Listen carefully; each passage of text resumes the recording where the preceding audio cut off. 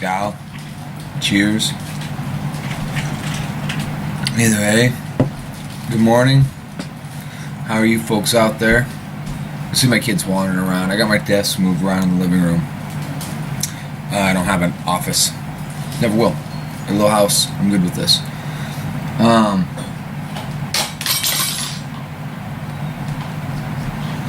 You know what time it is, folks. It's Sunday morning coffee. I've put up shitloads of videos lately. I haven't had a lot of things that were worthy of video taking.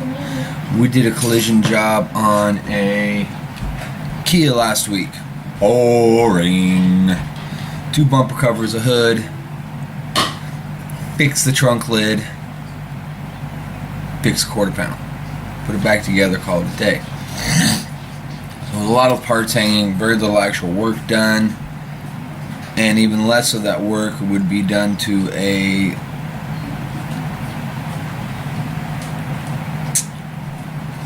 level that I'd be like, yeah, this is how you do this shit.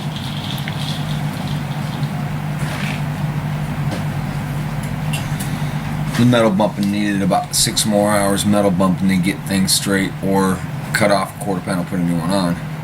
Pick your poison on that aspect. We didn't have it in the job. I gave him more in the job than he should have got.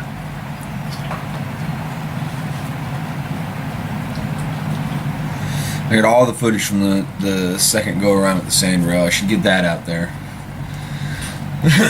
But it's Sunday. It's the 6th of July. So everybody here in the U.S., Happy Independence Day, Merry Independence Day, however you state that exactly.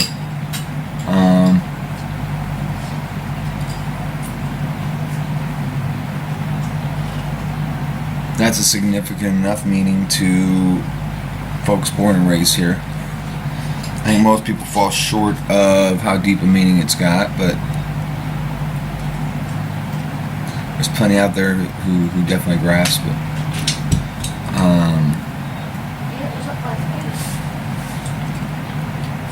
Shit, it's summertime in Iowa. You guys doing well. Partner was gone all week. His family goes to Minnesota on 3 generations of his family go up to Minnesota over 4th of July. That's their one time a year they do their thing.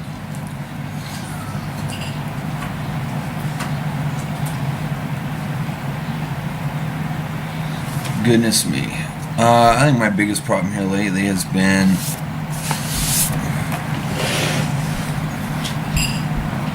here's a concept a real estate guy I once knew. We were having a conversation, and he made this statement about don't overcommit and underperform.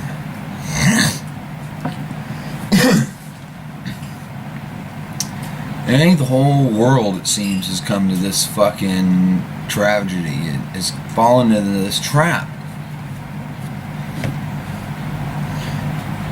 Everybody either wants to promise you everything and more,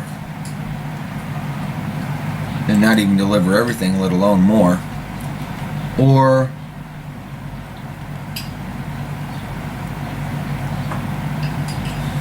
they come and want to demand of you, the worker, the doer, beyond reasonable expectations, and when their deadline approaches for their project, they don't want to show up and give you money.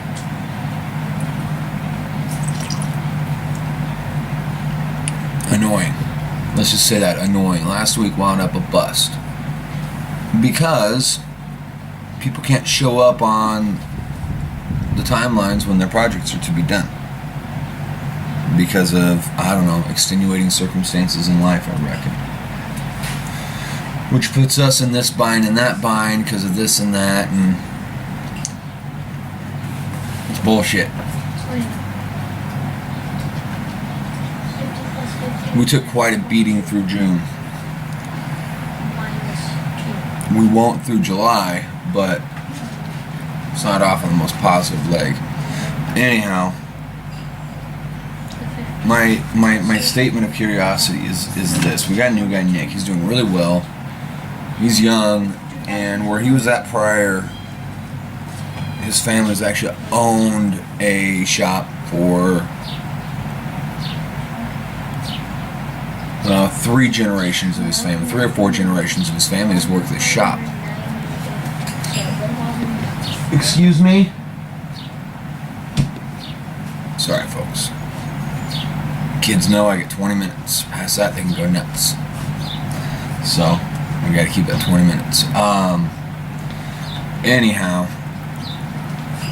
So, the concept, the don't overcommit and underperform. Undercommit and overperform. Why? Because that's how you grow a business. That's how you grow your personal, pardon me, that was a hiccup. That's how you grow a personal reputation. That's how you grow, period. If you're wanting to move up in this existence, you grow.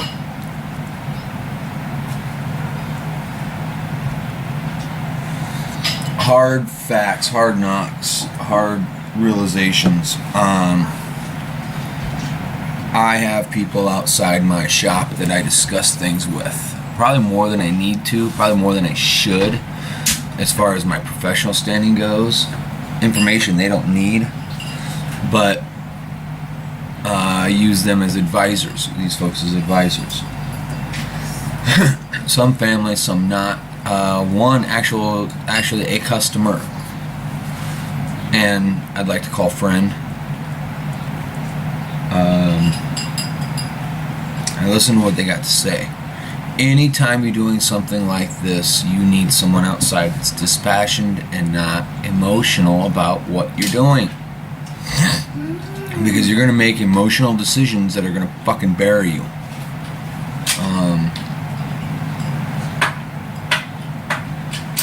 That's another fucking word I hate. Or dot. And I use it all the time. I apologize. I'm working on this. But to take and gather up people that you can listen to. They can observe what's going on, look inside from the outside, and be like, these are the problems I see, and why. Why do you want that? Again, if it's your business, you're passionate about it. You better be passionate about it, otherwise just pack it in and fucking get down the road.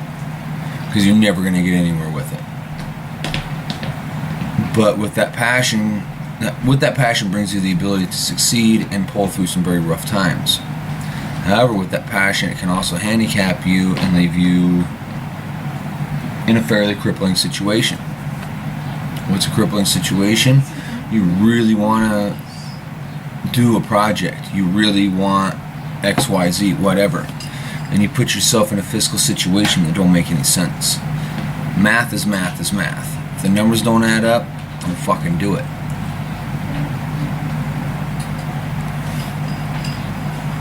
It's not a personal thing. It's not a slight on anybody. The numbers don't work. So don't deal with it. And that's where you come in with outside advice, outside advisors. End of the day, I'm the fucking boss. Jeremy's my partner, but I'm the fucking boss. But that doesn't mean I go and push my weight around, tell people what to do. And at the end of the day, I hate being the boss, because I'm not. I am, and I can run a shop, I can run a situation, I'm learning. I can run the situation, but I'm learning. I got so much more to learn. Both technical, how to doing the job, things that I need to perfect, things I need to put 1,000 more hours in doing in repetition to get to a point I'm confident and comfortable with where I'm at with it. I can lead men. I can do the job. But that job consists usually of a lot of office time, a lot of management time, okay? You can't run a shop with more than a couple people without having some level of management. And a lot of people don't want to let that go. A lot of guys that go into this and do this are good at the trade, not particularly good at management. It's me. I'm in the same boat, okay? I don't want to be a general manager. I want to be on the floor. I want to be left alone in the fucking metal fab room when we can grow and expand and move into a building that fits us. And come in, you know, I want my quote office time reduced to less than 5 hours a week.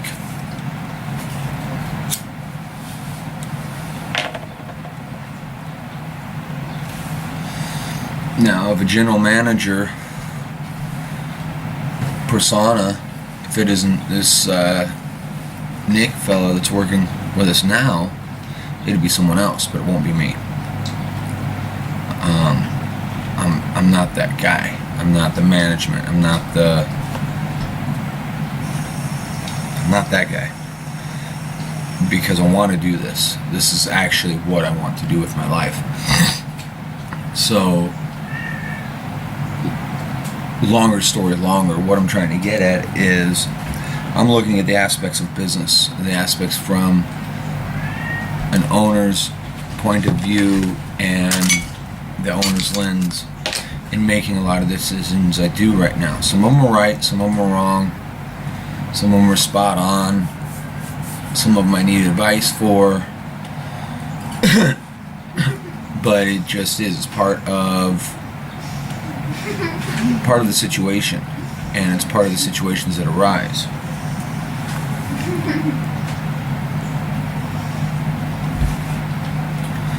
If I had a perfect world, I'd have a 7-piece. 5 would be on the floor, 2 would be in the office. Because I've got other aspects involving automobiles and hot rods that we would need people in an office setting taking care of things.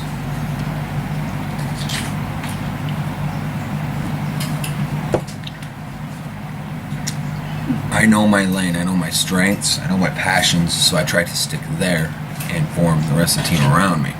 Instead of putting myself up here and having all the dangling hangers on. It works if you're strictly a businessman. ADM, American Dream Machines. The guy that owns it is a businessman. He's not a doer. He's a bean counter. There's nothing wrong with that. I've seen bean counting, however, really hurt the product they're putting out. When you're putting out 200 plus muscle cars a year, when you build annually more Yenko Novas than there were ever built, there's some things I cannot abide by in those scenarios.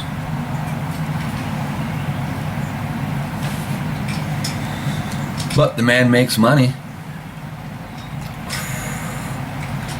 So that's kind of my dissertation on state of shop and sort of where we're headed. We got the work coming in, we got the work going out, we got a good team right now that's building. You know, if you haven't seen where we come from, go back to my very first video I put up on here. I shot it on my phone in my little 30 by 30 before we tore it apart and reorganized it to where it made sense and flow for a 30 by 30. After that, I put up another video after my brother and I tore everything apart and rearranged it again. And then, obviously, various videos around the new shop, which can barely be called a shop, let's be honest. We're missing so many crucial elements that we require, but we're getting there. If you see where we started, see where we're at, and know that there hasn't been 3 years past when we started with 0. I had my toolbox and a old flux core welder. That was about it. I had some Harbor Freight paint guns. I had a Northern Tools line file. I didn't have a lot.